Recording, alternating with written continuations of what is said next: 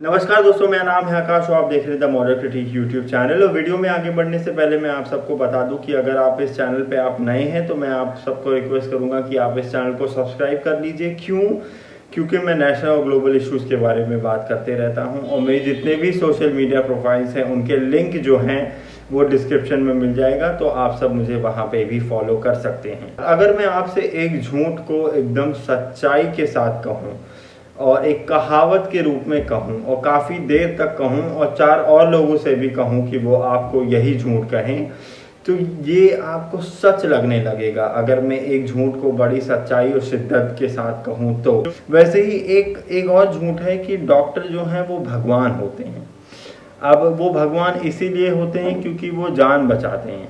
अब वो सलमान खान जी के जो बॉडीगार्ड हैं वो भगवान नहीं है, हाँ, जान वो भी बचाते हैं। जान तो अपना लॉयर भी बचाता है अगर कोई रेप कन्विक्ट हो। हालांकि मैं रेप कन्विक्ट को सपोर्ट नहीं कर रहा हूँ, लेकिन जान तो एक रेप कन्विक्ट की जो है वो लॉयर भी वो ट्राई करते हैं कि उसे बेस्ट पॉसिबल सोल्यूशन में फांसी ना हो। तो क्या हम उनको भी भगवान बना लें? और ऐसे बहुत से लोग हैं जो हम लोग की जान बचाते हैं। अब वो किसान जो है वो जो अनाज उगाता है और उसके वजह से अगर मैं खा पी कर ये वीडियो बना पा रहा हूँ तो वो भी तो भगवान है। तो सिर्फ एक ही लोग क्यों है समाज में 10 लोग हैं जो मेरी जान बचाते हैं, तो सभी भगवान हुए ना। लेकिन डॉक्टरी जो है वो एक ऐसा प्रोफेशन हो चुका है जहाँ पे भगवान तो मानेंगे ही, लेकिन अगर इस भगवान ने कुछ गलती की तो इसी भगवान को हम अपने पैरों तले जो है वो रौंद देंगे। और ये जो अभी मैंने इतनी बकवास की ये इस बात पे कंक्लूड करता है कि डॉक्टर अर्चना शर्मा जो हैं वो दोहा डिस्ट्रिक्ट राजस्थान में रहने वाली थी। उनका एक अपना खुद का क्लिनिक या कहो हॉस्पिटल था, वो अपने हस्बैंड के साथ प्रैक्टिस करती थी। और आज करीब 4-5 दिन पहले 22 साल की एक महिला जो है इनके क्लिनिक में, इनके हॉस्पिटल में आई और डॉक्टर अर्चना शर्मा गायनोकोलॉजिस्ट थी और इन्होंने जो है बहुत इनके सक्सेस रेट थे बर्थ डिलीवरी के। लेकिन उस दिन इनसे जो है चूक हो जाती है या मैं कहूँ एक नॉर्मल चीज़ हो जाती है मेडिकल प्रोफेशन में।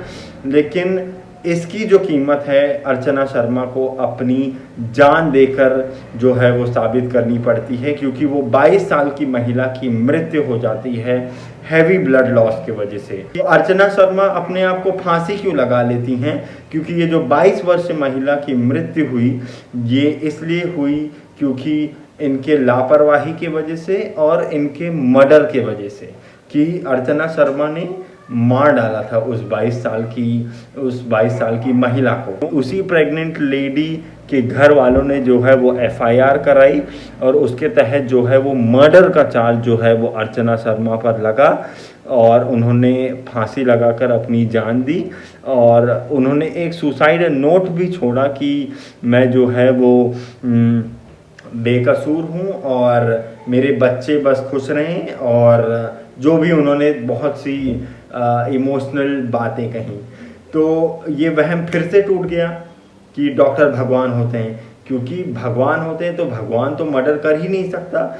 और ऐसे बहुत से हज़ारों लाखों केसेस जो हैं ईयर बेसिस पे आते रहते हैं जहाँ पे बर्थ रिलेटेड कॉम्प्लिकेशंस होती रहती हैं। ये भी नहीं कहूँगा बहुत कॉमन है, लेकिन ये हज़ारों केसेस जो हैं वो सालाना आते रहते हैं हमारे देश में, जहाँ पे बर्थ की वजह से प्रेगनेंसी में जब डिलीवरी होती है उसकी वजह से जो महिला है उसे अपनी जान गंवानी पड़ती है।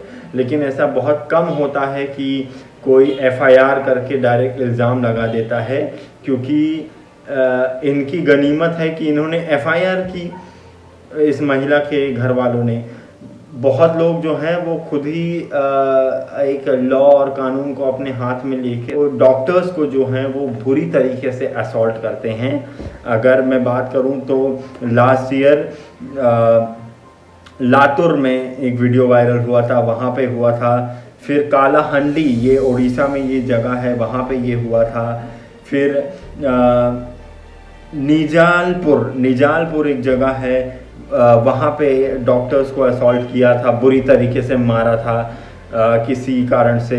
और जब ये कोरोना पैंडमिक जब इंडिया में चालू हुआ था तब पथरावबाजी हुई थी, जब डॉक्टर्स अपनी बस ड्यूटी निभा रहे थे और वो बस ट्रेस कर रहे थे उन लोगों को जो शायद एक इस वायरस के जो हैं वो स्प्रेडर हो सकते हैं, तो वो तो अपना काम कर रहे थे, तो उनके वजह से उन्हें भी भुगतना पड़ा, उन पे पत्थर मारे गए, बहुत डॉक्टर्स के सर फोड़े गए। तो मुझे लगा कि ये पैंडमिक जब से चालू हुआ तब से शायद हम डॉक्टर्स की इज्जत करेंगे, क्योंकि ये वो वैसे पहले फ्रंटलाइन वर्कर्स थे जिन हमारे तरह वो भी इंसान हैं, वो भी पैदा होते हैं, वो भी कोई एक प्रोफेशन चूज़ करते हैं, उस पर वो अपना कीमती वक्त जो है वो लगाते हैं और फिर वो सक्सेस होते हैं किसी भी अन्य प्रोफेशन की तरह। लेकिन यहाँ पे जो है डॉक्टर्स को भगवान बताकर उन्हें मार पीट कर उन्हें उनकी औकात याद दिलाई जाती है।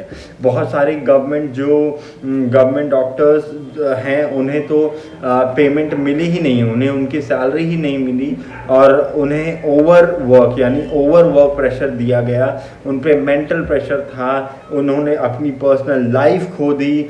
एक हिसाब से एक जो सोल्जर होता है, एक जो आर्मी मैन होता है जो अपने कंट्री के लिए सर्व करता है, उसी हिसाब से जो ये फ्रंट लाइन वर्कर्स हैं उन्होंने अपनी जान को जो है वो दांव पर लगाकर हम लोगों की जानें बचाई हैं और इस हिसाब से उनका ट्रीटमेंट हुआ। तो खैर, अगर मैं अर्चना शर्मा की केस की बात करूं, एक ही सवाल मैं पूछूंगा कि पुलिस प्रशासन ने वो कौन सी चूड़ियाँ पहन रखी थी, किसके प्रेशर पे, बिना किसी वेरिफिकेशन के, बिना किसी जांच के, बिना किसी एनालिसिस के पुलिस गई और मौजूदा एफआईआर जो है वो दर्ज कर। क्या डॉक्टर अर्चना शर्मा के हाथ में AK-47 था, उससे उन्होंने मारा?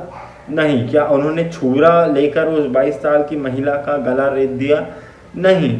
बर्थ रिलेटेड कॉम्प्लिकेशन थी, इसकी जांच हो सकती थी, लेकिन डायरेक्ट मर्डर का चार्ज जो है वो लगाकर एफआईआर जो है वो दर्ज हो गई। तो सोचिए डॉक्टर अर्चना शर्मा पर कितना प्रेशर होगा मेंटली कि किसी के मर्डर का चार्ज लग जाना बहुत बहुत बड़ी बात होती है और ये आसान नहीं है कि कोई आके बस ऐसे मर्डर का चार्ज लगा दे और सामने वाला अपनी बेगुनाही साबित करते बैठे। एक पूरी उम्र निकल जाती है अगर किसी पे मर्डर का चार्ज लगता है, शायद उम्र भी कम पड़ जाते हैं। जब हमारे देश में निर्भया के दुष्कर्मी जो थे उनको 7-8 साल तक हमारी भारत सरकार पालती है और उन्हें रोज़ नया सूरज देखने का मौका 8 साल तक मिलता है, तो सोचिए वो लोग जिन पे आए गए दिन मर्डर के चार्ज लगते रहते हैं, उन्हें अपनी बेगुनाही साबित करने में कितना समय जाता होगा। और इंडियन मेडिकल एसोसिएशन की एक रिपोर्ट के हिसाब से लगभग 1500 से ज़्यादा डॉक्टर्स ने, या मैं कहूँ डॉक्टर्स ही नहीं, मेडिकल फ्रेटर्निटी के लोगों ने अपनी जान गंवा दी इस पैंडमिक के वजह से। 800 जो हैं वो करीब सेकेंड वेव में ही थे। इतने लोग जो हैं वो अपनी ड्यूटी करते करते जो है वो कुर्बान हो गए, वो शहीद हो गए, मैं कह सकता हूँ। अगर मैं वर्ल्ड हेल्थ ऑर्गेनाइजेशन की एक रिपोर्ट की मैं बात करूँ तो मई 2021 तक 1,15,000 मेडिकल वर्कर्स ने या मेडिकल फ्रेटर्निटी से जुड़े हुए लोगों ने अपनी जान गंवा दी। अब जितने भी लोग इन्वॉल्व थे, जितने पुलिस प्रशासन और जितने ऑन ड्यूटी ऑफिसर्स इन्वॉल्व थे, उन सब पर जो है वो सस्पेंड हो गई, उनकी ड्यूटी ऑन ड्यूटी वो जो है वो सस्पेंड हो चुकी, उनके खिलाफ स्ट्रिक्ट एक्शन हुआ है और अभी कार्रवाई चली रही है। तो इस वीडियो का मकसद यही है कि डॉक्टर्स को डॉक्टर्स की तरह ट्रीट करिए, वो भी एक इंसान है, उनकी भी पर्सनल लाइफ है, उनका भी एक दिमाग है और वो भी जीने और मरने के बारे में सोचते हैं। वो कोई रोबोट और कोई सुपर ह्यूमन नहीं है। और ये जो डॉक्टर्स को असॉल्ट करते हैं, इन पे एक स्ट्रिक्ट जो है वो कानून आना चाहिए, एक ऐसा स्ट्रिक्ट लॉ आना चाहिए कि कोई भी ये ऑफेंस करने से पहले 100 बार सोचे। तो यही था मेरा मकसद, एक इम्पॉर्टेंट इशू के बारे में बात करना। और इंडिपेंडेंट जर्नलिज्म यानी स्वतंत्र पत्रकारिता जो है वो आज के समय बहुत ज़्यादा ज़रूरी है, क्योंकि आपको खबरें और इम्पॉर्टेंट मुद्दे जो हैं वो एक फ़िल्टर्ड और एक लेंस पहनाकर आपको दिखाई जाती है और आपको पता नहीं चलता। इसलिए इंडिपेंडेंट जर्नलिज्म को सपोर्ट करना ज़रूरी है और आप इसके लिए डिस्क्रिप्शन चेक कर सकते हैं। और तब तक के लिए please be safe, please be happy and thank you.